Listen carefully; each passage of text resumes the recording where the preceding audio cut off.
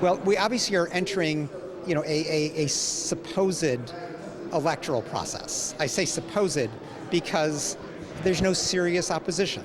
The person who really excited the most interest other than Putin was Navalny. And of course, things have conspired to prevent him from running.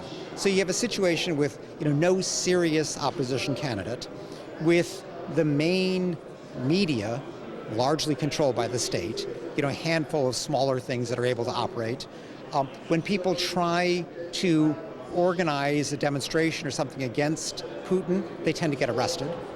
And when somebody says, oh, this is a complete charade, why do we even pretend that this is an election? Let's just call it a C-election. Then they get, imprisoned for that because Putin wants to have, this coronation. He wants to have people claim that they favor him, but he's too insecure to allow a real choice. What's odd for me is that, Putin pretends to be this tough guy. You always see him running around with bare-chested, doing all kinds of difficult sporting events, but he's afraid of the Russian people. He's afraid to let them have a free choice. He's afraid to let there be a real debate with a real opposition candidate and then let people choose. So that, for me, is not a strong leader. That's a terrified leader. That's a guy who's clinging to power regardless and isn't willing to even allow the Russian people a free vote as to whether he's going to continue on as president or not. Well, what I see in Russia is a downward trend. I see things really probably the worst they have been since the fall of the Soviet Union. There was obviously a period of, of relative freedom, of relative liberalization. Civil society flourished. There was a free press. Things were, on a positive trajectory for many years. But in recent years, it's been a downhill trend. And with new elections coming up, that downhill trend has just intensified. It's accelerated. Any sphere where there might be organized political opposition to Putin, you see repression. So people can obviously have a private conversation in their home, nobody cares. People can email their friends, nobody cares. But if you start organizing, if you start doing a demonstration, if you start trying to mount a serious media outlet that would publicize critical information about the government, those are the kinds of things that get suppressed. If you have the audacity to run for president and begin to attract significant support, suddenly they find a way to prevent you from running. That's what happened in Navalny. No, there's no question that there are violations of the laws of war, even war crimes on all sides. But the vast majority of the crimes are being committed by the pro-Assad side. If you look at the figures put together by the Syrian Network for Human Rights, which is probably the most reliable counter of all of this, something like 92-93% of the civilian deaths are due to attacks by pro-Assad forces. And the reason for that is that, under the Geneva Conventions, under the laws of war, you're allowed to shoot at the combatants on the other side, but you're never allowed to shoot at civilians.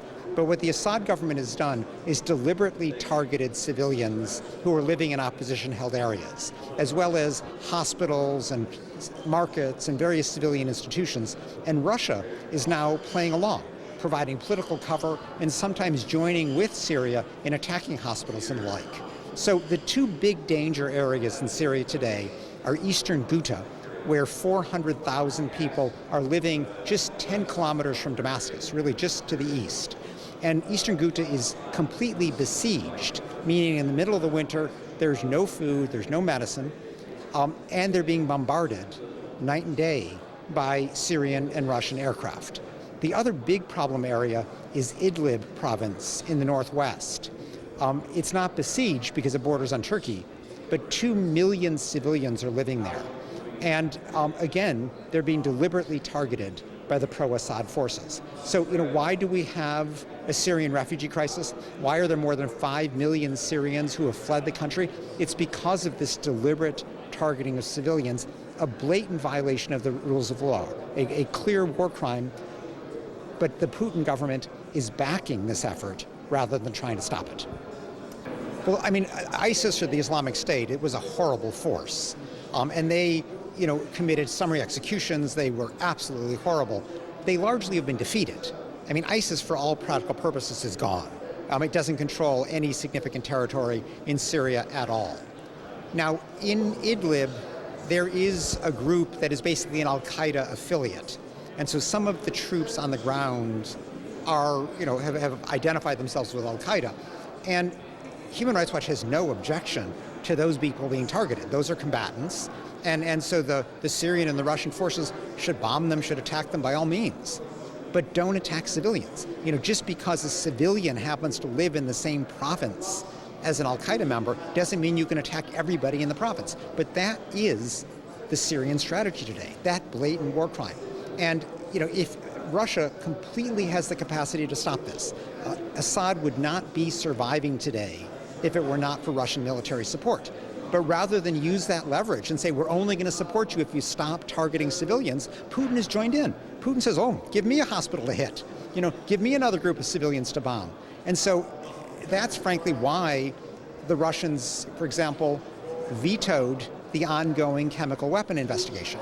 The UN was looking at who was using chemical weapons. They found overwhelming evidence that Assad forces, Syrian government forces, had dropped sarin, a nerve gas, in the town of Khan Sheikhoun in April of last year.